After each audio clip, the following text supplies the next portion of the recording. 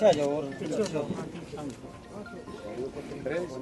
हाँ जी, आज क्या क्या इनॉग्रेशन रहे, क्या कितने के प्रोजेक्ट्स भिवानी जिले के लिए? आज मेरे 7 गांव हैं अपने खुद की असेंबली तो शाम में, और ये पहला गांव है लोहानी में, जहां पे आप देख रहे हैं कि चौधरी बंसीलाल जी के टाइम पे यहाँ पे इरिगेशन का एक प्रोजेक्ट था, जहाँ पे मैकेनिकल विंग का यहाँ पे सारे की सारे एक किस्म से सारी की सारी मशीन्स स्टोर हुआ करती थी। और वो ये पूरा बहुत सालों से ये मतलब इसको अनदेखा किया गया, इसमें कोई काम ये बिल्कुल ठप पड़ा था। तो आज उसका पूरा फिर से शुरुआत लोहानी के अंदर 3.6 करोड़ की लागत से इसको फिर से शुरू किया जा रहा है। और अन्य गांव में अलग अलग डिपार्टमेंट से, मेरे भी डिपार्टमेंट से, इरिगेशन डिपार्टमेंट में कहीं से जोड़ से नहर की कनेक्शन की बात हो, अलग अलग डिपार्टमेंट्स की जो काम हैं, जो लोगों के लिए जो भी डिमांड्स हैं गांव वाइज, तो करोड़ों रुपए की लागत से उन सब का आज इनॉग्रेशन बहुत गांव में आज हो रहा है। कितने गांव में कितने करोड़ की विकास परियोजनाओं की आज सौगात मिलेगी? इसमें तमाम सूची तो बहुत अलग अलग, जैसे मैंने बताया है कि 7 गांव हैं और अलग अलग डिपार्टमेंट्स के हैं। इरिगेशन डिपार्टमेंट का भी है यहाँ पे, जहाँ मैं लोहानी में हूँ। ये एक बहुत बड़ी यहाँ पे इसको रीस्टार्ट करा जा रहा है। ये जो गोदाम है यहाँ पे, ये जो मैकेनिकल वर्कशॉप है, और ये 3,60,60 लाख रुपए की लागत से इसको फिर से शुरू किया गया है। तो इस प्रकार से हर गांव में बहुत करोड़ों रुपए की लागत से। महिलाओं की बात करें या बेटियों की, विश्व कप महिला टीम ने जीता है, इसके साथ ही लाडो लक्ष्मी योजना, 2 बड़ी सौगातें, तो किस प्रकार से देखते हैं? हमारा हरियाणा तो जो हमारी बेटियां हैं खूब आगे जा रही हैं। जैसे आपको पता है कि पूरे विश्व में हर स्पोर्ट्स में उन्होंने इतना नाम कमाया है और हमारा गौरव है वो।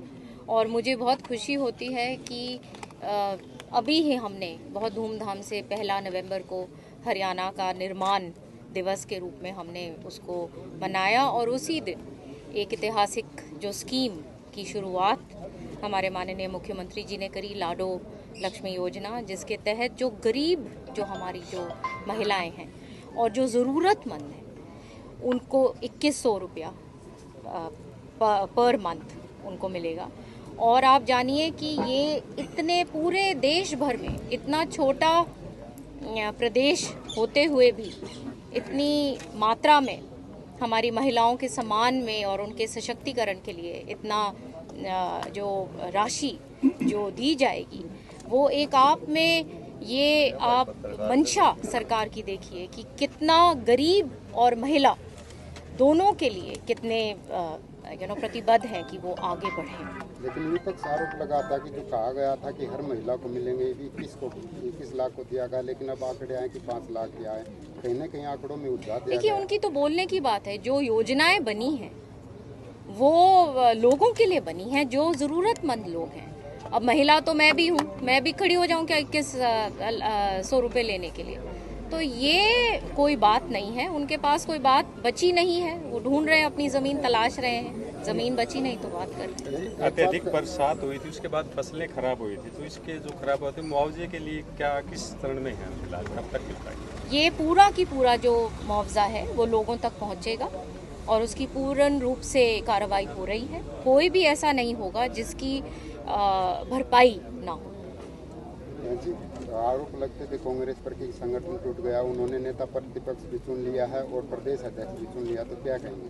कांग्रेस मजबूत होगी? मैं तो यही कहूँगी कि इन्हीं दोनों को चुनना था तो पहले दिन से ही कर लेते। 1 साल पूरा ये ड्रामा रचाने की क्या ज़रूरत थी? लेकिन इनकी अंदरूनी बातें हैं। और पहले जो अध्यक्ष थे उनका तो जैसे कहा करते थे, वो प्रसिद्ध थे आए राम गया राम के नाम से।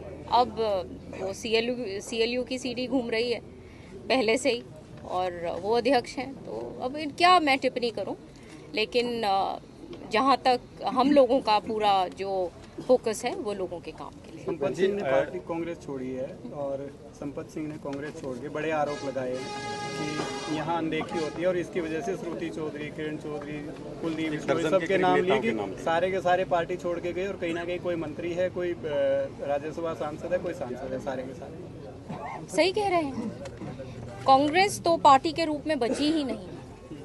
अब कांग्रेस कोई दल थोड़ी है, वो तो बस अब आपस में वो तो लगे हुए हैं, वो तो कोई दल के रूप में, कोई गंभीर दल के रूप में नहीं बचे और लोगों को मालूम है ये बात।